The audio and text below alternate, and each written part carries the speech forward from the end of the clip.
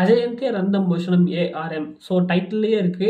இதுக்கான அர்த்தம் என்னன்னு சொல்லிட்டு பார்த்தீங்கன்னா, அஜய்ங்கிறவனுக்கு ஒரு முடிவே கிடையாது அப்படிங்கிறது அர்த்தம். அதுக்கேத்த மாரி இந்த படத்தோட மெயின் கேரக்டர் ப்ளே பண்ணியிருக்கிற அஜய், அந்த அஜயன் நம்ம டொவினோ தாமஸ் ப்ளே பண்ணியிருக்காரு. அவருக்கு முடிவே இல்லைங்கிறது தான் அர்த்தம்.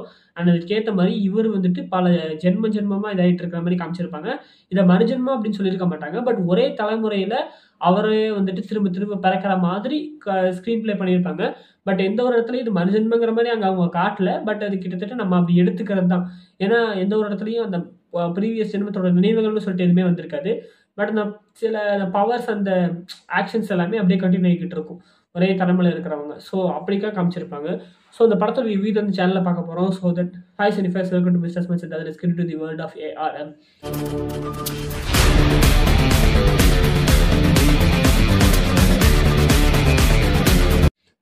இந்த படத்தோட ஒன்லைன் என்னன்னு சொல்லிட்டு பார்த்தீங்கன்னா, ஒரு காலகட்டத்தில ராஜா, அந்த காலகட்டத்தில குஞ்சிக்கல்னு சொல்லிட்டு ஒரு வாரியர் இருக்காரு. அந்த வாரியர் வந்துட்டு ஒரு ஒரு சம்பவம் பண்ணி இந்த ராஜாவை இம்ப்ரெஸ் பண்ணி இந்த ராஜா கிட்ட இருந்து ஒரு சிலைய வாங்குறாரு. அந்த சிலை என்ன சிலைன்னு பார்த்தீங்கன்னா, விண்வெளியிலிருந்து வந்த ஒரு எரிக்கல் வந்துட்டு அவங்க ஊர்ல இருந்து விழுந்திருக்கும். அந்த எரிக்கல்ல வச்சு தான் அந்த சிலைய இந்த ராஜா செஞ்சிருப்பாரு. ஆனா அந்த சிலைய வந்துட்டு அவருக்கு ஹெல்ப் பண்ணி அந்த சிலைய வந்துட்டு இவரு வாங்கிப்பாரு. ஸோ ஒரு கிஃப்ட்டா வாங்கிப்பாரு. அண்ட் அது மூலியமா அவருக்கு ஒரு சம்பவம் நடக்கும். அந்த சம்பவம் எதனால நடந்துச்சுங்கிற ஒரு விஷயமும், அட் தி சேம் டைம் வந்துட்டு 70ஸ் காலகட்டத்தில மணியம்னு சொல்லிட்டு ஒரு திருட ஒருத்தர் இருப்பாரு. அவருமே டொவினோ தாமஸ் தான். அதே பரம்பரை. பட் அது அவங்களுக்கு தெரியாது. தான் வந்து அந்த வாரியரோட பரம்பரைன்னு சொல்லிட்டு அவங்களுக்கு தெரியுது. ஊர் மக்களுக்கும் தெரியாது. ஆனா அந்த மணியம் வந்துட்டு ஒரு கட்டத்துல இதே சிலைய வந்துட்டு இந்த கோயிலிருந்து திருடுவாரு. அவர் எதனால திருடினாரு? அது மூலியமா என்ன நடந்துச்சு? அப்படிங்கிற ஒரு கான்ஃப்ளிக்ட்டையும், அண்ட் அவர் திருடினதுனால இந்த மணியமுடைய பேரனாகிய அஜயன் மேலயுமே திருட்டு பழி விழுந்துகிட்டே இருக்கும். இவன் வந்துட்டு ஒரு திருடனுடைய பரம்பரையில வந்தவன். இவனுமே ஒரு திருடனா இருப்பான் அப்படிங்கிற மாரி சொல்லிட்டு இருப்பாங்க.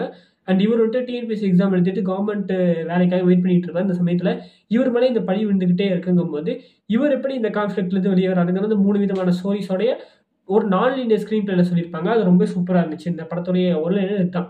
ஸோ தட் இதெல்லாமே ஸ்டார்ட்டிங் பாயிண்ட். இது எல்லாத்தையுமே ஒரு கன்க்ளூஷனுக்கு வந்துட்டு ஒரு நான் லீனியர் ஸ்க்ரீன் பிளேல சொல்லியிருக்காங்க. இது ரொம்ப நல்லாவே பண்ணியிருந்தாங்க.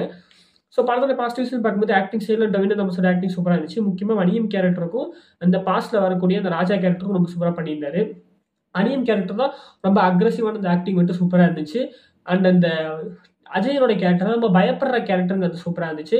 அண்ட் அந்த ராஜா குஞ்சிக்கெலு அந்த வாரியரோடைய கேரக்டர்ல அந்த ஒரு கன்னிங்னஸ் வந்துட்டு சூப்பரா இருந்துச்சு. இந்த 3 விதமான கேரக்டர்ஸையும் 3 விதமா சூப்பரா பண்ணியிருந்தாரு. ஆக்ட்ரஸை பொறுத்தவரையும் வந்துட்டு ஐஸ்வர்யா ராஜேஷ் தான் அந்த குஞ்சிக்கெலுவோட ஜோடியா வராங்க. அவங்க கொஞ்ச நேரம் தான் வராங்க. அவங்களுடைய ஸ்க்ரீன் பிரசன்ஸ் நல்லா இருந்துச்சு. அண்ட் அந்த மணியமுடைய ஒய்ஃபா வந்துட்டு ஒரு மலையாளம் ஆக்ட்ரஸ் பண்ணியிருக்காங்க. அவங்களுமே நல்லா பண்ணியிருந்தாங்க. அவங்க வந்துட்டு யங்கராவும் வராங்க அண்ட் ஏஜ்டாவும் வராங்க. அண்ட் பிரசன்ட்ல வந்துட்டு கிருத்தி ஷெட்டி அவங்க தான் வந்துட்டு ஜோடியா பண்ணியிருக்காங்க. கிருத்தி ஷெட்டிக்கு மலையாளம் வெர்ஷன்ல மமிதா பைஜு தான் டப்பிங் பண்ணியிருக்காங்க. ஸோ தமிழ்ல தான் நான் பார்த்தேன். ஸோ அந்த படம் வந்து 3D ரிலீஸ் ஆயிருக்கு.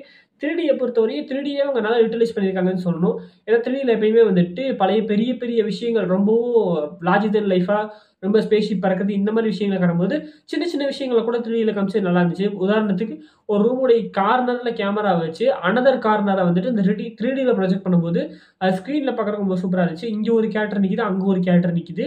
ஒரு நார்மல் ரூம் தான். பட் அந்த 3D வெர்ஷன்ல நம்ம பார்க்கும்போது ஒரு நல்ல ஃபீல் இருந்துச்சு. அது மட்டுமே விஷயம் கிடையாது. நிறைய இடங்கள்ல வந்துட்டு இந்த நெருப்பு பந்தம் இருக்கும் இல்லையா? அதை வச்சு சில விஷயங்கள் பந்தத்தோடைய அந்த நெருப்பு கங்கு வந்துட்டு ஸ்க்ரீன் மேல அடிக்கிறது அது சூப்பரா இருந்துச்சு. அந்த குஞ்சிக்கல் அந்த ராஜாவோட அந்த வாரியரோட என்ட்ரிலே பார்த்தீங்கன்னா ஒரு மரத்தை அந்த தேரெல்லாம் உடைப்பாரு. அந்த தேரோட துண்டுகள்லாம் வந்துட்டு மேல விழுகிற மாதிரி 3D பண்ணியிருந்தாங்க. அண்ட் அந்த குளத்துல ரிவர்ல சண்டை நடக்கும். அந்த ரிவர் தண்ணி எல்லாமே நம்ம மேல விழுகிற மாதிரி இந்த மாதிரி நிறைய விஷயங்கள் 3Dல சூப்பரா பண்ணியிருந்தாங்க. ஸோ அந்த படம் வந்துட்டு 3D கொண்டு போனதுங்கிறது படத்துக்கு வேணும்னு இந்த படத்துக்கு 3D வேணுமான்னு கேட்டா அவ்வளோ அவசியம்லாம் கிடையாது. பட் அவங்க 3D கொண்டு வந்தது அழகா பண்ணியிருக்காங்க. அந்த விஷயத்துல அவங்கள பாராட்டணும். நல்லா பண்ணியிருந்தாங்க. ஸ்டோரியா பார்க்கும்போது ஒரு நல்ல ஸ்டோரி தான். பட் ஸ்க்ரீன் பிளேல வந்துட்டு நிறைய இடங்கள்ல லேக் இருந்துச்சு. சில இடங்கள்ல வந்துட்டு சில விஷயங்களுக்கு போயிட்டு அதுக்கப்புறமா போன மாதிரி இருந்துச்சு. இந்த இடத்த கட் பண்ணியிருக்கலாமேங்கிற மாதிரி இருந்துச்சு. தேவையில்லாம ஒரு இடத்துக்கு போயிட்டு அங்கிருந்து இவங்க கிளைமேக்ஸுக்கு போன மாதிரி இருந்துச்சு. அண்ட் அதெல்லாம் தேவையில்லை. அண்ட் சில சீன்ஸ் வந்துட்டு ரொம்ப ரஷ் பண்ண மாதிரி இருந்துச்சு. ஒரு குறிப்பிட்ட சீன்ஸ் எல்லாம் பார்க்கும்போது இது கொஞ்சம் லென்த் வேணுமே, ஏன் இது டக்குன்னு கட் பண்றாங்கிற மாதிரி இருந்துச்சு. சில சீன் வந்துட்டு இது ரொம்ப கம்மியாவே வச்சிருக்கலாம், ஏன் ரொம்ப லென்த்தா வச்சிருக்காங்கிற மாதிரி இருந்துச்சு. அதெல்லாம் சில கன்ஃபியூஷன் இருந்துச்சு. அண்ட் 3Dல பார்க்கும்போது என்ன ஒரு காண்டு அப்படின்னு சொல்லிட்டு பார்த்தீங்கன்னா, நார்மலா டார்க்கர் சீன்ஸ் இருக்கும்ல, டார்க்ல இந்த இருட்டுல நடக்கிறது 3D கிளாஸ் போட்டா அது இன்னும் டார்க் ஆயிடும். ஸோ தட் 3Dல ஒரு படம் பண்றாங்க அப்படின்னா எப்பயுமே அந்த படத்தை வந்துட்டு வெளிச்சமா தான் எடுக்கணும். அப்பதான் நம்ம 3D கிளாஸ் போட்டு பார்க்கும்போது நல்லா இருக்கும். பட் அந்த எடுத்தது இருட்டுல எடுத்திருக்காங்கிறதுனால டார்க் சீன்ஸ் எல்லாமே 3Dல கொஞ்சம் ரொம்பவே டார்க்காக தான் தெரிஞ்சுது. அது இந்த எல்லா 3D படங்களுக்குமே அந்த பிரச்சனைங்கிறது இருக்கும். ஒன்லி ஐமேக்ஸ் ஸ்க்ரீன்ஸில் மட்டும்தான் 3D வந்துட்டு இருட்டான சீன்ஸ் கூட நல்லா தெரியும். பட் நார்மலான என்னதான் பெரிய தியேட்டர் பெரிய ஸ்க்ரீனாக இருந்தாலும் கூட நம்ம 3D அவ்வளோதான் இருக்கும். ஐமேக்ஸில் மட்டும்தான் அவ்வளோ குவாலிட்டிங்கிறது இருக்கும். அதாவது இருட்டாக இருக்கிற சீன்ஸ் எல்லாமே ஒரு மாதிரி டிஃப்ரெண்ட்டாக தான் ஒரு எங்கே யார் நடக்கிறா எதுவுமே கிளியராக தெரில.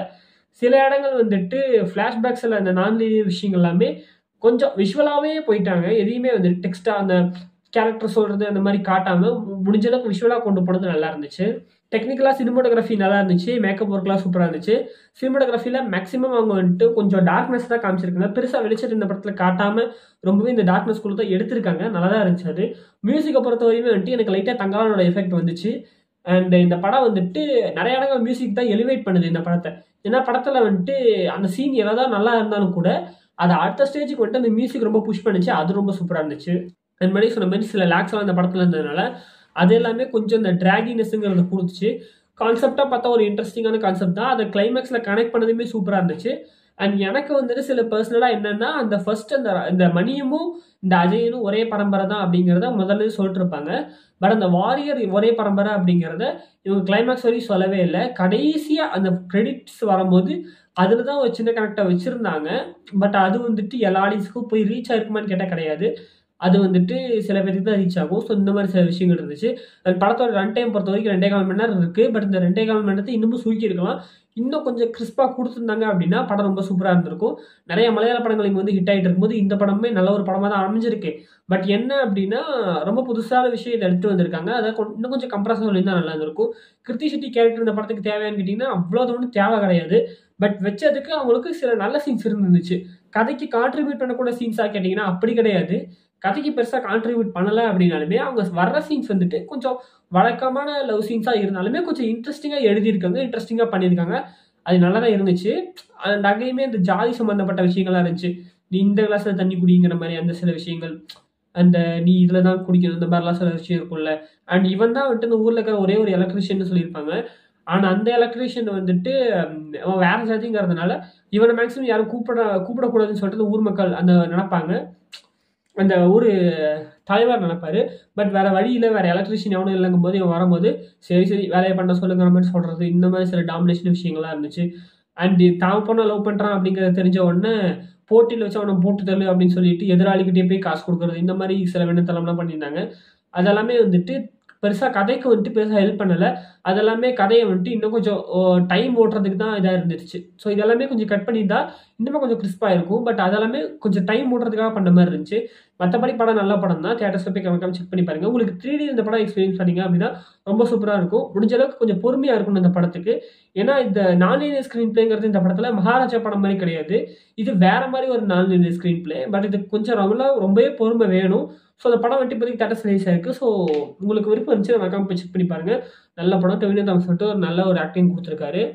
ஸோ நீங்கள் இந்த படத்தை பார்த்துட்டீங்களா இல்லையா அப்படிங்கிறத கமெண்ட்டில் சொல்லுங்கள். இந்த படத்தை பற்றி உங்களுடைய ரிவ்யூஸ் என்னங்கிறதையும் கமெண்ட்டில் சொல்லுங்கள். இந்த வீடியோ பற்றி ஒரு லைக் தட்டி விடுங்க. அண்ட் மறக்காம சப்ஸ்கிரைப் பண்ணி வச்சுக்கோங்க. ஸோ நான் உங்களை வந்துட்டு கடைசி உலக போர் படத்துடைய ரிவ்யூவில் வந்து சந்திக்கிறேன். அப்படி இல்லைனா அதுக்கு முன்னாடி ஏதாவது ஒரு படத்துடைய ட்ரெய்லரோ டீசரோ ஏதாவது ஒன்று வச்சுன்னா அந்த வீடியோவில் வந்து சந்திக்கிறேன். அது வரைக்கும் பை ஃப்ரம் மிஸ்டர் மன்சூர்.